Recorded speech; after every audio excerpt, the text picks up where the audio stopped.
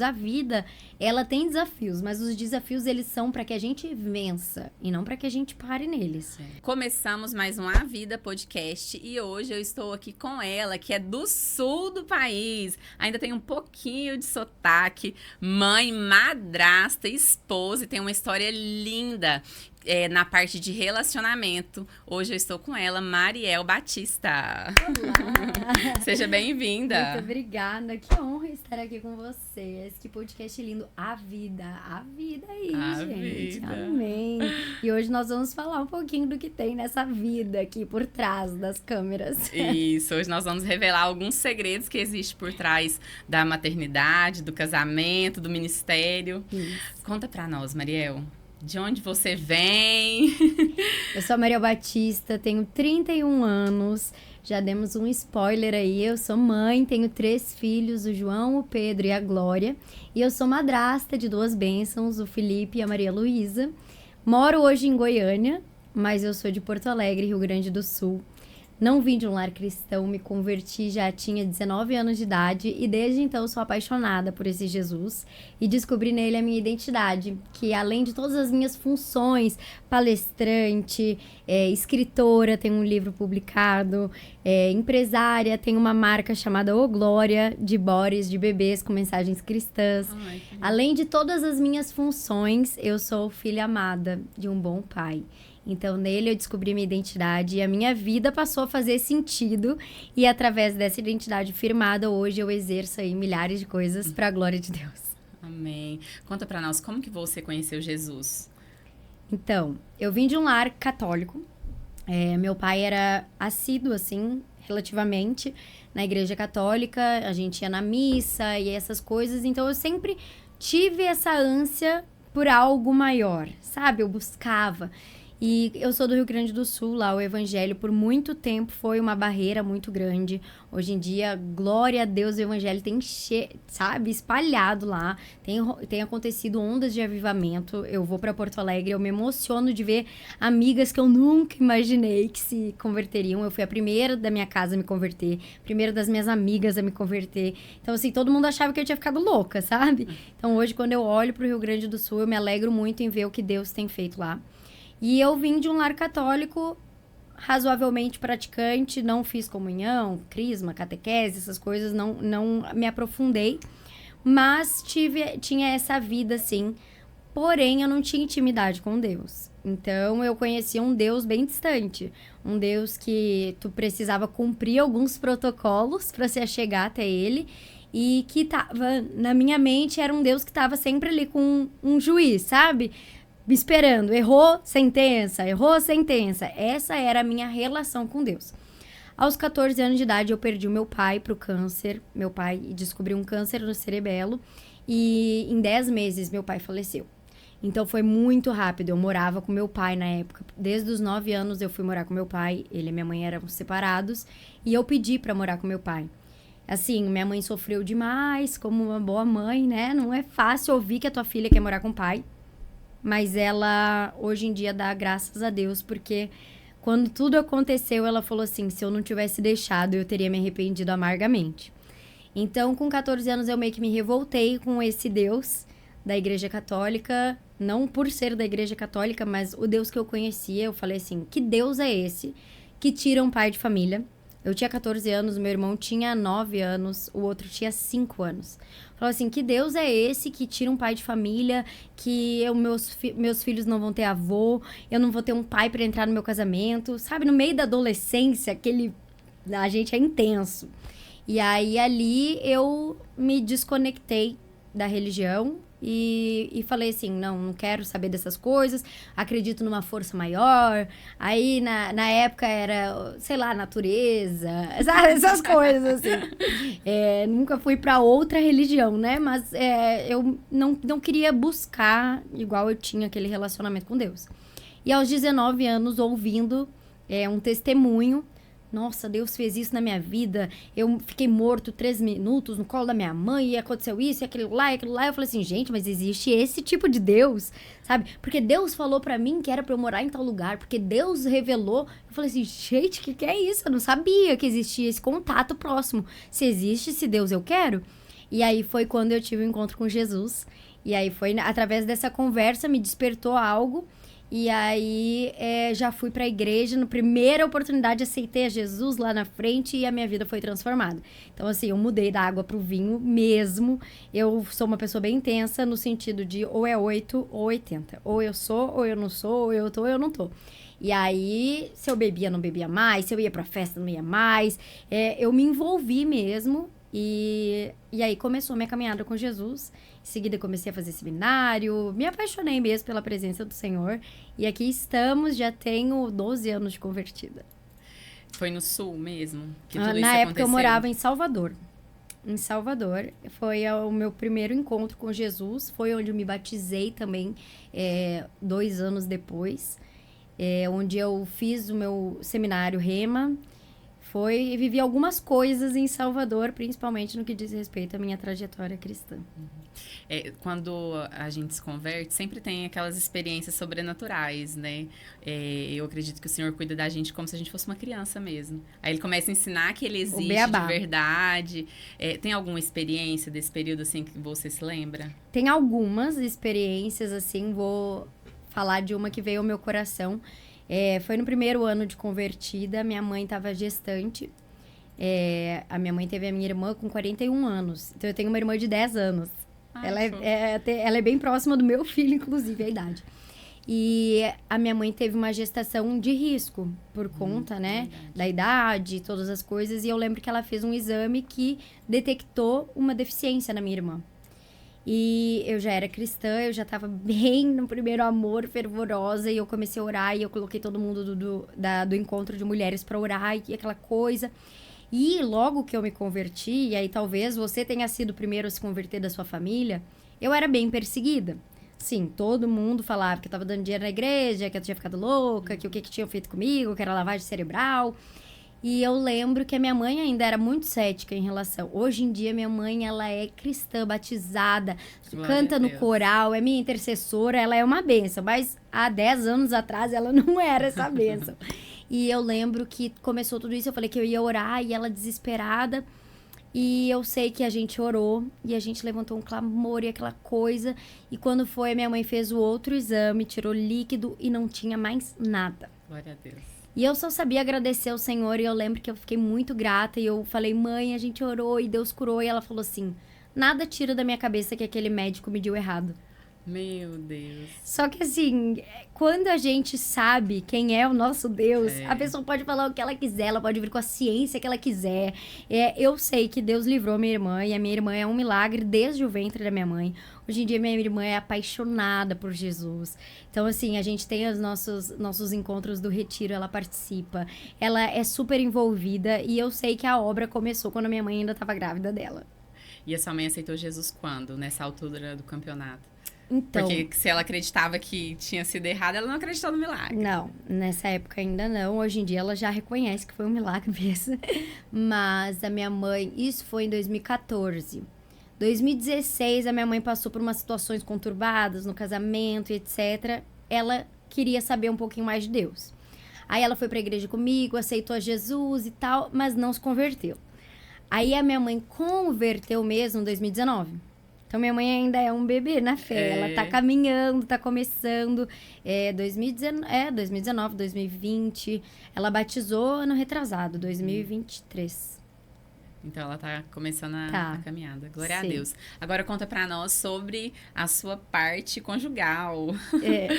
Como que aconteceu o seu primeiro casamento? Então, aos 19 anos, eu noivei e em seguida já casei. Assim, sempre fui criada, meu pai era procurador do estado, minha família inteira de advogados e tal, e eu tava na metade da minha faculdade de Direito. E aí, eu sempre fui criada pra isso, pra ser uma mulher bem resolvida, independente, não depender de homem, e aquela coisa. E eu lembro que em 2013 foi quando eu conheci o pai dos meus primeiros 2 filhos, e foi aquela coisa assim, que em seguida eu conheci Jesus através dele. E eu queria ser a mulher sábia que edifica a casa. Então, foi literalmente uma mudança bem drástica.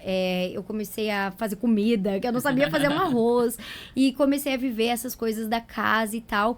E me apaixonei pelo casamento, pela mesa, eu virei mulher mesmo. Então, amava ser dona de casa. E aí, fiquei casada de 2014 a 2018, foi quando acabou, e assinamos o divórcio em 2019. Foram quase 5 anos de relacionamento. E ele me apresentou a Jesus, nós nos batizamos junto, mas logo em seguida ele não deu continuidade na caminhada cristã dele. Então, assim, foi processos bem grandes que eu vivi no meu primeiro casamento, na posição de lutar pela minha casa. De viver mesmo aquele versículo de que a mulher sábia, ela edifica a sua casa. Foram muitas provas, muito jejum, muita oração, muito joelho no chão mesmo, esperando milagres da parte de Deus. E Deus operou diversos milagres, e inclusive ter me sustentado durante tudo que eu vivi. Então, assim, se vocês me perguntarem, Mariel, Deus restaurou esse casamento? Não, Deus não restaurou. Mas Ele me cuidou para que eu não me perdesse no meio do caminho. Então, ele cuidou da minha saúde emocional, da minha saúde física. Ele me mantinha de pé.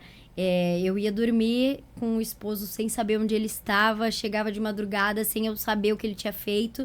Mas em todo o tempo eu tinha um consolo bem presente, sabe? Na minha angústia. E Deus foi o meu auxiliador. E depois de um tempo, quando meu filho já estava com 1 ano e 3 meses, foi quando aconteceu mesmo o último pedido de divórcio. O primeiro foi na minha primeira gestação.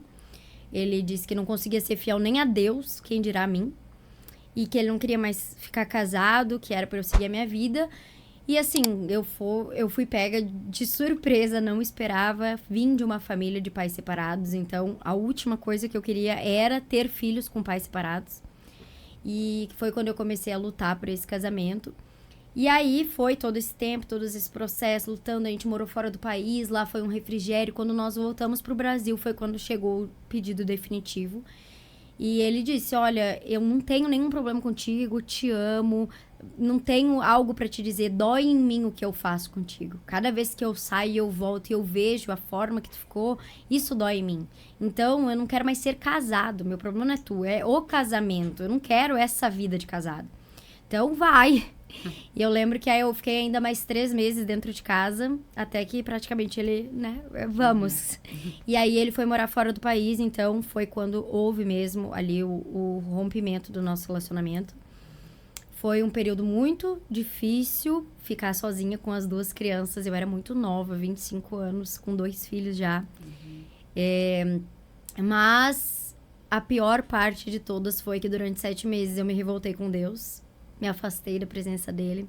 Falei assim, o Senhor podia ter feito milagre, o Senhor podia ter restaurado, o Senhor podia ter feito assim, as coisas mudavam, o Senhor não fez. E aí foi um período onde o Senhor começou a me ensinar que Ele está à porta e bate. Se a pessoa abre, Ele entra e ceia. Mas existem pessoas que não abrem. E foi o que aconteceu, né? Alguém que não optou pelo arrependimento, que não optou por uma mudança de vida, que não quis lutar pelo casamento. E existem coisas que a gente não pode lutar sozinho. Eu até tentei, eu fiz tudo que estava ao meu alcance, mas chega um limite que aí é o posicionamento de outra pessoa que vai determinar. E eu lembro que eu fiquei muito revoltada com Deus, mas quando eu entendi, assim, que se Ele fizer, Ele é Deus. Se Ele não fizer, Ele continua sendo Deus. E que Ele é bom. Que se eu estava sofrendo, imagina Ele como pai me vendo sofrer. Eu parei de olhar para Deus como alguém que estava inerte, sabe? Sem querer fazer nada por mim. E vendo que Ele tinha planos, mas... E nesse processo, como que você enxerga o aprendizado? O que você entende que você tinha que ter aprendido nesse tempo? Porque foram 2 momentos, né? No primeiro filho, ele já tinha te pedido o divórcio. E aí vocês tiveram uma segunda criança. Você teve a segunda criança fora do país? E depois veio o divórcio definitivo. Ele foi embora, né? Te abandonou. E você se revoltou com Deus, que te sustentou durante todo esse tempo. Esse é o coração do ser humano. É muito difícil a gente entender. Mas eu sempre digo, tira Jesus de nós, não sobra nada. Esse é o nosso coração, a nossa natureza, né? Um coração ingrato, um coração que é fácil em esquecer as coisas boas que Deus faz, que repara muito aquilo que Deus deixou de fazer. Então, esse foi o meu coração. E eu percebo que nesse tempo eu buscava muito a Deus pelo que Ele podia fazer. Eu vivia essa busca constante por uma reviravolta no meu casamento e buscando enfiar goela abaixo uma salvação na vida de alguém e não estava buscando a Deus por quem Ele era. E aí foi quando eu vivi mesmo essa situação que eu fui ver quem Deus era. E aí eu comecei a entender, eu falei assim, Deus, a verdade é que eu te amo por quem o Senhor é. Se for para eu viver uma vida inteira sozinha, criar meus filhos, amém, que seja feita a tua vontade, que eu dependa de ti. Se for para um dia o Senhor restaurar esse casamento, amém também. Só libera perdão, que haja transformação. Se for para me dar uma nova pessoa, Senhor, o meu pedido, a única coisa que eu te peço é que seja alguém que ame o Senhor sobre todas as coisas e me ame como Cristo ama a igreja. Então, esse mudou. Sabe? Não era mais assim, Senhor, faça isso, faça aquilo, faça aquilo. Eu parei de buscar a Deus pelas mãos dele e comecei a buscar a Deus por quem ele era. E aí, nossa, aí a minha vida mudou. Aí tem um antes e depois. É o antes e depois de Cristo ali, sabe? Houve um entendimento real, né, da soberania Exato. de Deus. Uau, amo escutar essas histórias assim. E você morava nessa época onde? Quando eu divorciei, eu voltei pra minha cidade, pra Porto Alegre. E creio que por isso também foi muito difícil esse período. Por quê? Eu sempre vivi tudo muito sozinha. Como eu morava fora de Porto Alegre, ninguém sabia os problemas que eu passava. Minha mãe não sabia, pastores, eu não compartilhava o que eu pensava. E aí a gente vai para que as solteiras aprendam com os erros dos outros. Você não precisa errar para aprender. Você pode, aprender através da nossa vivência. O que eu percebi? Que eu fiz uma escolha errada, no sentido de que todas as coisas que eu vivi no meu casamento, eu já tinha vivido no meu namoro. No namoro eu já havia sido traída. No namoro já tinham sinais de coisas. E eu ignorei os sinais. E entrei nesse relacionamento. E Deus é misericordioso, Ele nos deixa, né? Fazer ali o que a gente quer. Só que como eu entrei ouvindo muitas palavras negativas de que não era pra eu fazer isso, o que eu tava fazendo na minha vida, que eu tava largando a minha vida, que nananã, o que eu falei? Se eu quis isso pra mim, agora eu abraço esse pepino e eu vou até o fim. Ninguém mandou eu entrar nisso, então agora eu vou me virar e eu vou fazer isso dar certo. Então eu nunca fui de, eu tô vivendo isso, fulano fez isso. Não, eu vivia tudo calada, sofrendo. Quando eu voltei pra minha cidade, ninguém entendeu nada. Minha mãe olhou pra mim e falou assim, tu é uma mimada. Na primeira oportunidade, tu larga teu casamento? E eu assim, Jesus amado. Agora eu conto. E agora? O que eu vou fazer, né? E aí, voltei pras minhas amigas que ninguém era crente. Me vendo daquele estado, ficando uma palita, 46 quilos, 2 crianças pra cuidar, me convidavam pra quê? Vamos lá beber um vinho, vamos fazer tal coisa, vamos... Então, assim... Eu me cerquei de pessoas que, ao invés de me aproximarem de Jesus, me levaram cada vez mais distante.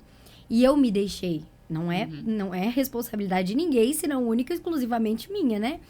Mas aí eu voltei para Porto Alegre. Então, esse processo que eu vivi de ficar afastado do Senhor foi na minha cidade.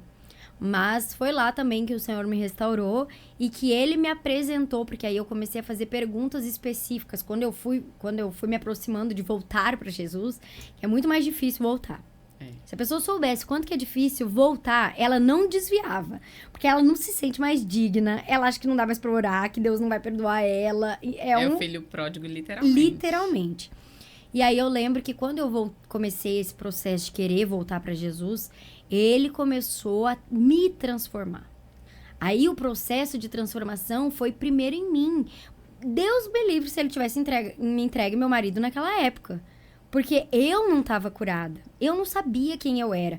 Por ter vindo desse relacionamento tão disfuncional e tentando sempre uma perfeição e buscar. Meu filho tinha 10 meses, eu fui fazer lipo, botar silicone, porque o que eu falei? Não quero mais ser traída. Então, assim, eu tava tão perdida, tentando agradar outra pessoa, que eu não sabia mais quem eu era. E aí foi um processo que o Senhor começou a me apresentar quem era a Mariel que Ele me criou pra ser. que é uma identidade inabalável. É uma identidade que não fala sobre se eu tô com ruga, se eu tô acima do peso, se eu tô abaixo do peso. Não, é algo que não muda. Que é a identidade de filha amada, escolhida, uma mulher que tem valor, mais preciosa que os rubis, sabe? Ele começou a me mostrar essa pessoa. E aí eu fui fazendo perguntas específicas. Senhor, qual é a minha cor preferida? Aí eu ia pensar, qual será que é a minha cor preferida? Aí eu lembrava, quando eu era criança, que eu amava rosa. Ah, minha cor preferida é rosa, como vocês podem ver.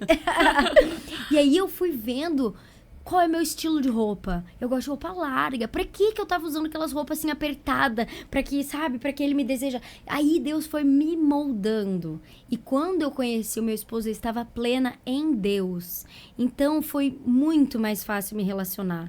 Porque eu não coloquei expectativa no meu esposo. Ele não veio, não entrou na minha vida pra me fazer feliz, pra suprir minha expectativa. Eu tava muito completa com o Senhor quando eu conheci meu esposo. Uau, que testemunho lindo de identidade. E como que você conheceu seu esposo? Então, como eu disse, eu vivi esses 7 meses afastada da presença do Senhor. Deus fez rápido na sua vida, né? Foi. Eu digo que Deus tinha pressa. Tinha pressa Então, ele acelerou muitos processos. Até no nosso casamento, assim, no sentido de ter aquela crise da fusão, né? Imagina, culturas diferentes. Os dois com divórcio nas costas. Os dois com 2 filhos de cada lado. Deus acelerou muitos processos aí por conta... Os tempos, né? Estão chegando... Tá chegando a volta dele e ele precisa acelerar. Então, foi o que ele fez com a gente. Mas eu fiquei esses 7 meses afastada e no 6º mês eu fui pra Nova York passar o ano novo. Eu lembro que eu estava lá em Nova York e eu já tava sentindo aquele vazio no meu peito e tudo. E tava com vários amigos e tudo. E aí, na virada do ano, eu falei assim, gente, o que eu tô fazendo na minha vida? Ano passado, eu passei a virada do ano na igreja. O que eu estou fazendo em Nova York? Bebendo. Tipo assim, gente, isso nem combina. Isso foi na virada. No dia 2 de janeiro, a gente foi, todo mundo, pra um barzinho, final de tarde, Nova York, coisa. E aí, eu sei que eu falei assim, gente, não vou nem beber, eu tô tão mal, sabe? Eu tô sentindo tão nada a ver essa vida que eu tô vivendo, tipo, tão vazio isso tudo, que eu vou ficar aqui só observando hoje. E eu lembro que eu tava sentada, todo mundo assim, conversando, e veio uma americana. E bateu na mesa, tudo em inglês, assim, bem aquelas de filme Quarto de Guerra. Falou assim, vocês não sabem quem é essa mulher. Eu fiz assim, dei ela. This is woman of God. Essa mulher é uma mulher de Deus. Quando ela falou isso, eu já comecei a chorar. E aí, todo mundo na mesa, ninguém entendendo nada, né? Tipo assim, o que tu tá falando? Aí, todo mundo, sai daqui, sai daqui. Ela pegou e olhou pra mim e falou assim, não foi pra isso que Deus te criou. Uau. É verdade. Chorei. Voltei no dia 4 de janeiro e falei assim, não dá mais pra viver essa vida. É verdade, não foi pra isso que Deus me criou, eu preciso tomar vergonha na minha cara. Isso foi em janeiro. Fiquei esse 1 mês aí naquele processo de vou, não consigo, não consigo. E aí eu comecei a ver que, sabe aquele processo Salomão? Vaidade, tudo é vaidade. Eu tava vivendo Eclesiastes, sabe? Nossa, de que vale acordar cedo e dormir tarde? E eu lembro que eu falei pra Deus assim, ó, nossa, nem os meus filhos me dão alegria pra viver. Tá forte. muito difícil, Senhor. Antes eu tinha um problema enorme dentro de casa, sabe? Eu ia dormir sem saber que horas que o meu esposo vai chegar. Eu era traída, eu era humilhada. Eu ia pra lugares, as pessoas sabiam o que as pessoas, né? Todo mundo sabia. Eu era a única que não sabia que tava sendo traída, mas todo mundo sabia tudo que tava acontecendo, ninguém me contava. Mas eu tinha tua presença, sabe? Eu chorava de noite, eu me sentia consolada. Eu sabia que o Senhor estava ali. Agora eu não tenho mais esse problema. Não tenho nem marido para me preocupar, sabe? Tô aqui, meus filhos saudáveis, bonitinho.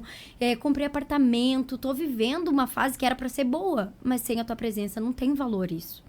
Não vale a pena. Se for para eu viver essa vida, me leva. Porque eu não quero viver essa vida. E aí eu fui orar, eu fiz essa oração depois desses 7 meses. Foi a primeira oração mesmo, assim, sabe? Tipo, abrindo meu coração. E aí eu lembro que eu fui, me deitei, e eu peguei e atualizei meu celular, assim, e tava tendo uma live. E eu entrei nessa live. Quando eu entrei nessa live, o pregador tava falando assim, ó, se você, por algum motivo, se afastou dos caminhos do Senhor, hoje ele te chama de volta. Meu Deus. Se você quer voltar pra Jesus, comenta, eu quero. E aí eu comentei, eu quero e tal, e fiz, né, a declaração, falei, Senhor, hoje eu volto pra tua presença e tal. E ele falou assim, ó, se você voltou pra Jesus nessa live, me chama no direct que eu vou te direcionar uma igreja na sua cidade. Spoiler, este homem era o meu esposo. Eu voltei pra Jesus através do meu esposo. Então, ali foi quando eu voltei pra Jesus. Isso foi em fevereiro, ele me respondeu, falou assim, amiga, entenda algo, não existe alegria fora da presença de Jesus. Você não precisa de nada passageiro. A gente nunca mais falou. Só que ele fazia live todos os dias às 3 horas da manhã. E eu comecei a acompanhar as lives. Aqui, ele era o meu pastor, sabe? Porque eu tava na minha cidade, não tinha igreja, não tinha nada. E aí, aquilo ali foi... Isso era fevereiro, março, entrou pandemia. Não tinha igreja pra ir. Então, a gente criou, chamava o Exército de Oração. Era quem sempre estava nas lives. A gente criou uma comunidade. As lives antes tinha 200 pessoas, na pandemia chegou a 5.000 pessoas. E aí, e aí eu tava vivendo aquilo ali, aquilo lá, e sabe o que era? Zero interesse nele. Eu tava vivendo uma loucura com Jesus, sabe? De novo, meu primeiro amor com Jesus. Eu orava por ele. Falei assim, Senhor, entrega uma esposa pra esse homem, coitado. Imagina, acordar 3 horas da manhã, Senhor. Não ter uma esposa do lado. Mal sabia eu que eu tava orando por mim, né? E aí, eu sei que em junho desse ano, a gente começou a conversar. Por conta que toda vez tava lá na live, aquela coisa, vendo o nome. E aí eu perguntei, uma vez ele tava pregando sobre a presença de Deus, eu falei assim, Guilherme, tu já leu o livro Paixão por Sua Presença, do John Bevere? Ele, não. Falei, então eu vou te mandar. E ele recebia, gente, na época, cesta de flores, ursinhos. As mulheres eram apaixonadas nele, porque todo mundo sabia da história dele. E aí eu sei que eu peguei e comprei no Mercado Livre e mandei entregar.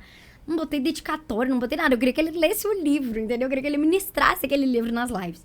E aí, quando chegou o livro, ele começou a ministrar o livro nas lives, porque realmente é um livro muito bom.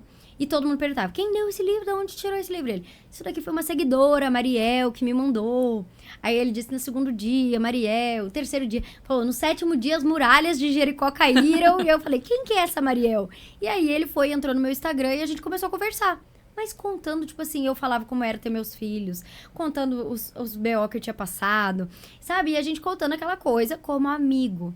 Um dia ele falou assim, nossa, vai ter uma série do Dave Leonardo lá no Allianz Parque, que era drive-in na época, como era pandemia. Uhum. Tu quer ir? Vai ter vários amigos vão e tal. Eu falei, uai, bora. Fui na série, meu amigão. Eu tinha orado, Deus, me dê amigos mais crentes do que eu. Eu quero pessoas que me aproximem de ti. Imagina, ele viveu a mesma coisa do que eu. Ele permaneceu fiel. Porque meu esposo não desviou. Ele nunca desviou. Ele nunca bebeu, ele nunca fumou, ele nunca foi pra festa, ele nunca torceu pro Flamengo.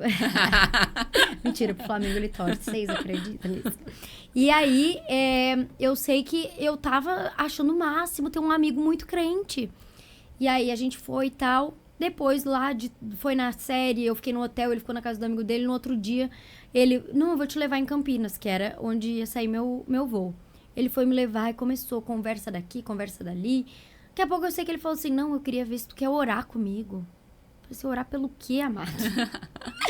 Orar, vai que Deus confirma, eu preciso de alguém que seja responsável, alguém que entenda ministério, alguém que entenda filho. Eu falei assim, gente, o que é isso? Eu vim encontrar um amigo, eu tô saindo orando. Eu nunca tinha orado na vida com ninguém, né? E aí eu falei, amém, vamos orar, se Deus confirmar, glória a Deus. Se ele falar que não, eu tô muito feliz que eu ganhei meu amigo. E eu lembro que ele ficou assim, gente, todo mundo quer casar comigo, ela quer ser minha amiga. E aí ali começou, a gente orou durante um mês. Vim pra Goiânia, conheci toda a família dele. Ele foi pra Porto Alegre, conheceu minha família, pediu minha mãe em namoro pra minha mãe. A gente ficou namorando 3 meses, ele me pediu em casamento. 3 meses noivo, em 7 meses a gente casou. Em santidade, orando, foi a coisa mais linda. E aí vai fazer 5 anos já que a gente é casado. E temos a Glória, que é o fruto do nosso relacionamento. Uau! Tem um ciclo de 7, né? 7 meses sofrendo, depois 7 meses pra casar. É verdade, eu nunca tinha me atentado, é verdade. E como que é essa vida hoje? Como que foi unir tudo isso? Vocês se casaram, né? Então, como que foi o primeiro impacto? Porque tem a lua de mel, mas aí depois vem a realidade da família, né? Que vocês uniram 2 famílias que já existiram, que não deu certo, e agora vocês vão construir uma nova família unindo 2 famílias diferentes. Sim. Eu digo que Deus, ele foi muito... assim, o tempo de Deus, né? O tempo de Deus, ele é perfeito. Como eu disse, se eu tivesse conhecido meu marido em outro tempo, teria sido muito mais difícil, muito mais complicado. Mas eu me deixei viver o processo com o Senhor. Sem segundas intenções, sem estar buscando relacionamento, sem estar buscando casamento, sem estar buscando... Não, eu estava buscando no Senhor. E o meu marido estava buscando no Senhor. Então, a gente diz que no Senhor a gente se encontrou. Então, ele já tinha sido curado das coisas que ele tinha vivido. Eu já tinha sido curada das coisas que eu tinha vivido. Igual eu estava falando contigo antes da gente começar. Nosso maior testemunho foi continuar crendo num Deus de família. Então, eu não entrei nesse relacionamento com medo de ser traída de novo, com medo de não dar certo de novo. Aí, agora... Não. E também não entrei querendo aceitar tudo, porque agora alguém... Não, eu entrei estabelecida em Deus. E ele entrou. Eu entrei feliz, ele entrou feliz. A gente entrou pra transbordar. Então, todo relacionamento tem seus obstáculos. Imagina um relacionamento com 4 filhos de largada. Vai ter os seus obstáculos, né? Mas, foi tudo muito mais fácil. A gente tinha... Eu digo que o cordão de 3 dobras, ele é isso.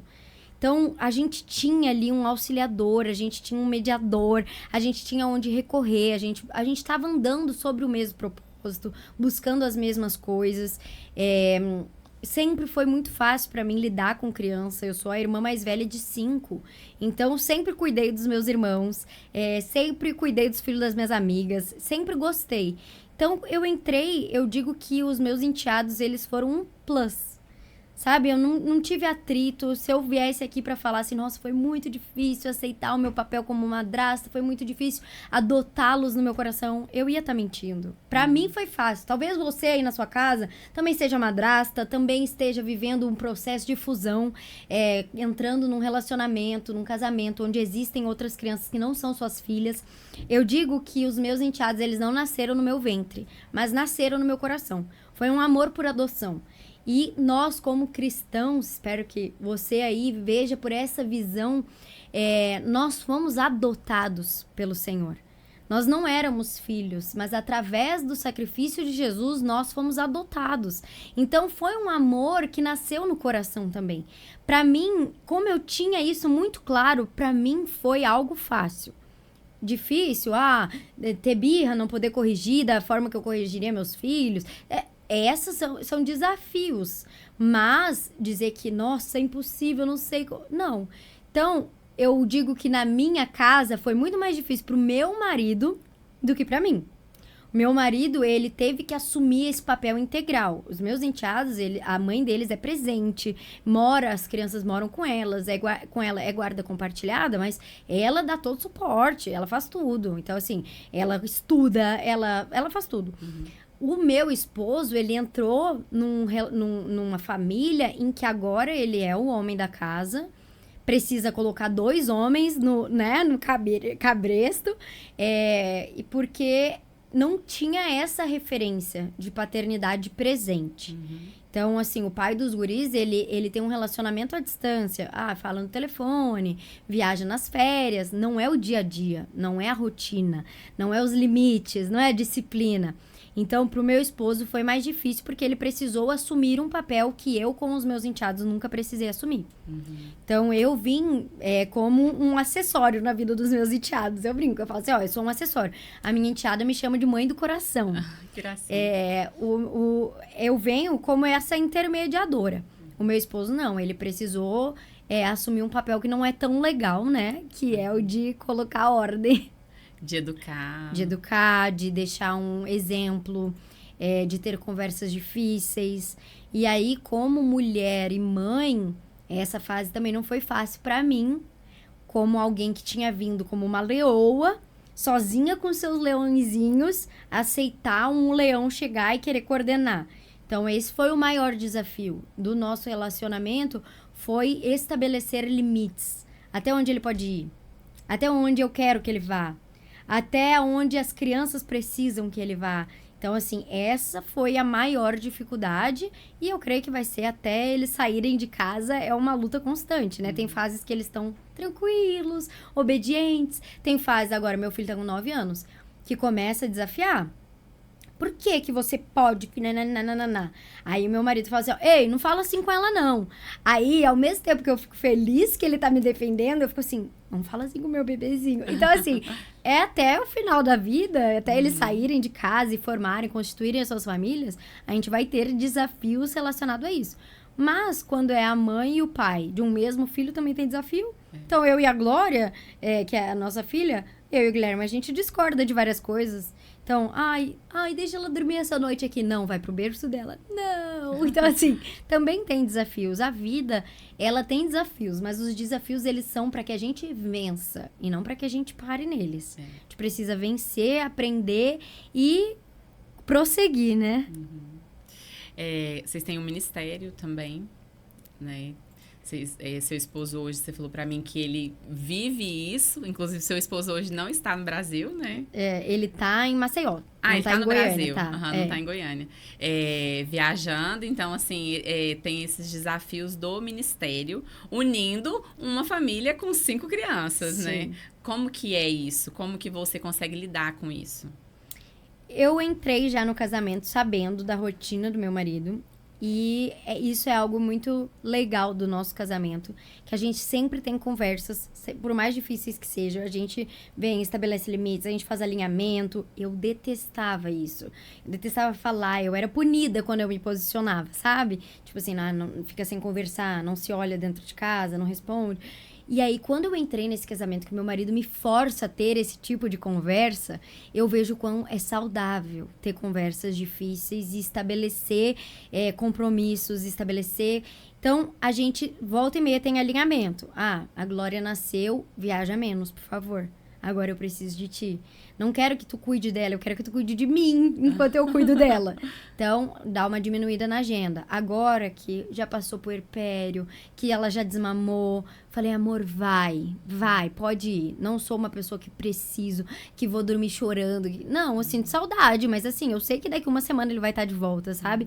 Então, a gente entendeu o funcionamento, sempre que preciso a gente alinha. Ele ministra fora, eu ministro fora. Então, o que mais dói é quando dá os desencontros. Ó, ele chega no dia 2, eu viajo no dia 4. Aí dói o coração. Só um dia, praticamente. Exatamente. Aí eu volto no dia 6, ele só volta no dia 9. Aí já viaja de novo. Então, assim, a gente vive essa rotina. Mas a gente aprendeu a lidar com essa rotina e ele tem corrido muito mais fora de casa para que eu possa ficar. E eu tenho ficado mais em casa para que ele possa correr.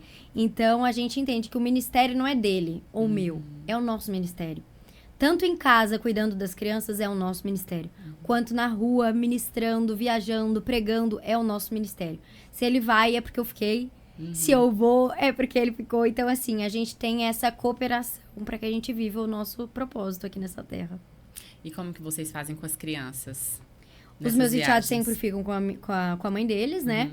Os meus filhos é uma maravilha, não tem funcionária, não tenho babá.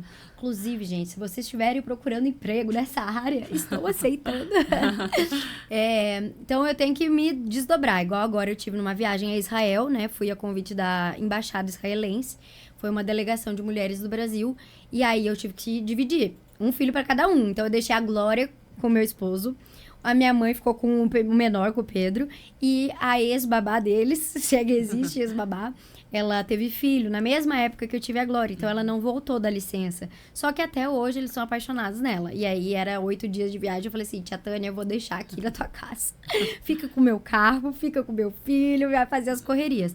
Então, eu deixei cada um. Cada viagem é uma situação, né? Às vezes, eles vão juntos. Agora, nessa tour que a gente fez na América do Sul, os 5 foram. Rodaram as igrejas com a gente. Então, cada viagem é de alguma forma. Igual, semana que vem eu viajo para ministrar em Salvador. Vai o meu maior e a menor. Depois eu vou viajar para Alphaville apresentar o Café com Deus Pai. Vai o Pedro Antônio. Eu sempre vou mudando quem vai viajar comigo. É um desafio, né? Mas é possível. É possível. E isso que é interessante. Eu olhei um pouquinho lá no seu Instagram e eu falei assim, é isso daqui que é a vida de verdade. Né? Então, assim, tem os desafios, mas é possível. Nós estamos gravando a série Chaves que Abrem Portas. Nós já estamos caminhando para o final. E eu queria que você deixasse uma mensagem para as pessoas. Uma mensagem que você considera que realmente é uma chave que pode abrir porta para mulheres que vivem situações parecidas com todas as situações que você já viveu. E é uma informação que você sabe que hoje, se essas pessoas tiverem essa informação, vai ser mais leve a vida. É difícil, né? A gente se pega assim no supetão. Mas a principal chave que norteia a minha vida e que mudou a minha história foi a partir do momento que eu contei que eu tive um encontro verdadeiro com o Senhor. Não com as mãos do Senhor, mas com o Senhor. Essa foi uma porta que abriu referente a todas as áreas da minha vida. Às vezes a gente olha para uma história como essa, né? Nossa, mas ela é cristã e ela passou por um divórcio. A verdade é que existem desafios para quem é cristão e para quem não é. E a maioria das vezes são os mesmos desafios. Uhum. Então, um cristão, ele passa, às vezes, por uma enfermidade, por uma crise no casamento, por uma crise financeira, passa por filhos desobedientes, passa pelas mesmas coisas. O que difere os cristãos dos não cristãos é que nós temos com quem passar. Então, se eu puder te deixar uma chave que vai abrir as portas muitas portas de todas as áreas da sua vida, tenha um encontro com Jesus, tenha um encontro com o Senhor.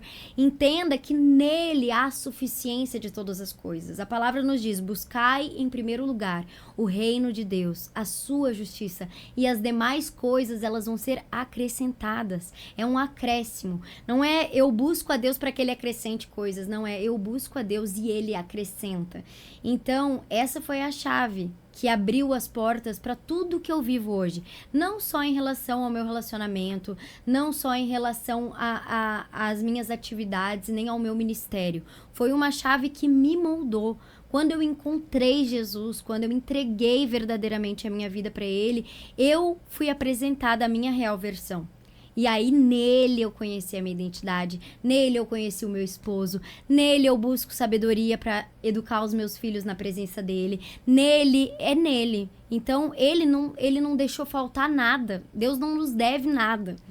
Ele sempre tem coisas para nos oferecer, mas melhor do que o que ele tem para nos oferecer é quem ele é.